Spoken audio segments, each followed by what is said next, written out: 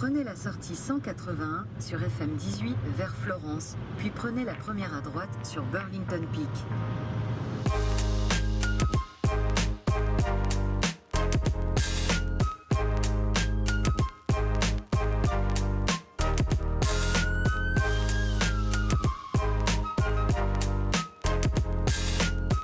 On est toujours à Cincinnati, mais cette fois-ci devant un des hauts lieux de la culture américaine, j'ai nommé le Mall, et plus particulièrement le Mall de Florence. Le Mall, ce phénomène culturel américain qui est né dans les années 80, où tous les jeunes Américains venaient se réunir pour faire les magasins, parce qu'il y a un étage de magasin, un food court qu'on commence seulement à retrouver en France, et un étage cinéma. On l'a vu, ce phénomène vulgarisé dans notamment la série Stranger Things, et on voyait un petit peu l'effet que ça a pu avoir sur les jeunes Américains. Donc ce que je vous propose aujourd'hui, c'est de se rendre dans un de ces malls et de voir un petit peu ce qu'ils sont devenus 40 ans après leur création. On va aussi aller dans un des magasins qui s'appelle FYE, F-Y-E, Find Your Entertainment, qui est un des rares magasins qui reste encore où l'on peut trouver du Blu-ray, du DVD. Donc sans plus attendre, allez, on y va, suivez-moi.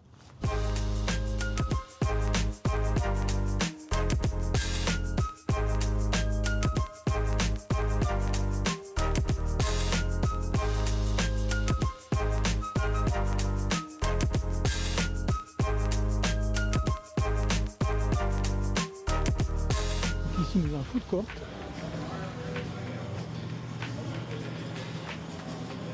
qui réunit plusieurs restaurants, comme ça chaque personne peut prendre ce qu'elle a envie. Et voilà, par exemple vous avez envie d'un burger, l'autre envie d'une pizza Sparrow, vous prenez chacun, après vous vous installez tous là et vous pouvez manger ensemble. Et il y a même des jeux pour les enfants. Waouh, GameStop encore ouvert.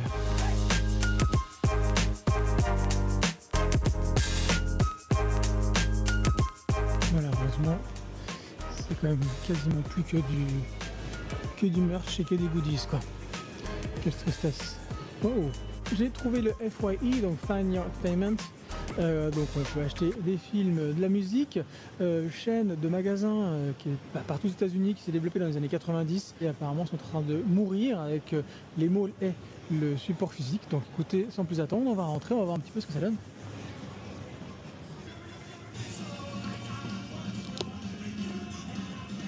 Du merch. Toujours du merch. Regardez, du beau vinyle là, avec la BO de Daniel Elfman de Beetlejuice, donc le Beetlejuice 2.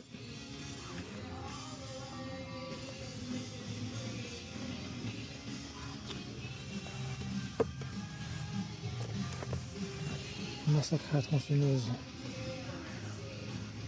Voilà, on est venu pour ça, pour du film. Alors, qu'est-ce qu'on a? Bon, on va commencer par le début. Et le repos de Godzilla, du beau Godzilla là. Waouh. Ok, donc qu'est-ce qu'on a en film? Godzilla minus 42 €. Ok. Alors que si vous vous souvenez, on l'a vu au Walmart pour 30 € moins cher.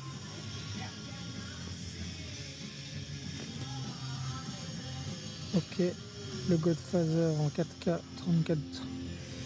Ok.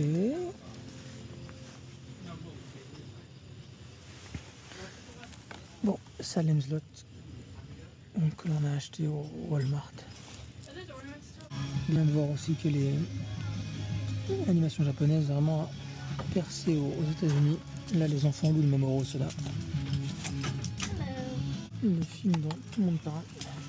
You finding everything okay? I'm okay, thank you. Just looking around, you know. Thank you. King Simmers, vraiment un film qui est très très apprécié aux États-Unis. Chaque fois je crois d'une personne, tout le monde m'en parle. Ils me demandent si je l'ai vu. Et c'est vrai qu'ils adorent. Bon, pas grand chose mes amis. Hein. Se mettre sous la dent. Un peu la déception. Ok. 4K du Prince of Darkness de Carpenter, mais on l'a déjà en France. Premier Tim Burton, Pee-wee's Playhouse. Ok. Ah, c'est la série, pas le film de Tim Burton. Ok. Bon, bah c'était une déception, à tel point qu'on va peut-être utiliser un de ces fauteuil relaxant, hein. Ça c'est pas mal. Donc oui, voilà, petit débrief rapidement, ouais, une vraie déception.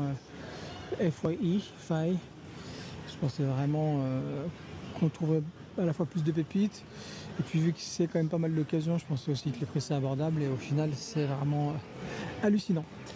Donc bon, grosse déception, et c'est triste de se dire qu'au final on trouve plus de choix et à des prix plus abordables les films chez Walmart, donc dans les grandes surfaces quoi. Voilà. Bon, allez, on se quitte sur ce bilan plus que mitigé.